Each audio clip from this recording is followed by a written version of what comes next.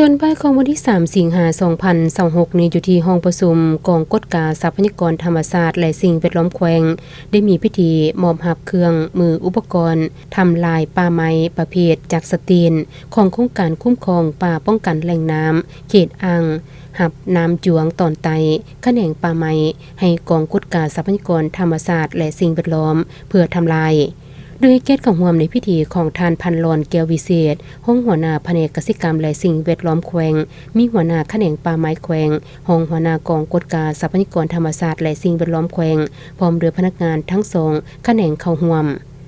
โดยอิงตามกฎหมายว่าด้วยป่าไม้ฉบับปรับปรุงเลขที่64ทับสพสอิงตามข้อตกลงของเจ้าแขวงแขวงมีคำไซฉบับเลขที่593ทับคบสลงในเดือนกันยายน2024และพรบป่าสิทธิ์และหน้าที่ในการคุ้มครองเขตพื้นที่ดังกล่าวในปี 2025-2026 โครงการได้ยึดเก็บกู้จักสตีนได้ทั้งหมด19เครื่องในนั้นอยู่เมืองคำเกิด1เครื่องเมืองเวียงทอง14เครื่องและเมืองไซจำพร4เครื่อง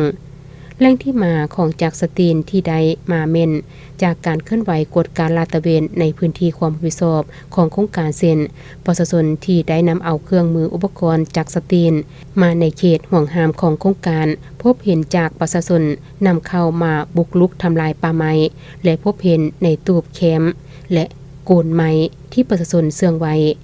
สำหรับจักสตีนที่ใดพบเห็นผู้กระทำผิดโครงการไม่ได้ส่งสำนวนคดีให้ห้องการกสิกรรมและสิ่งแวดล้อมเมือง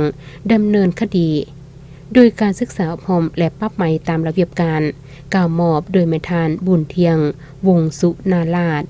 หัวหน้าแขนงป่าไม้แขวงรับโดยแม่ทานทองสวัสดิ์ศรีบัวคำห้องหัวหน้ากองกฎการทรัพยากรธรรมชาติและสิ่งแวดล้อมแขวง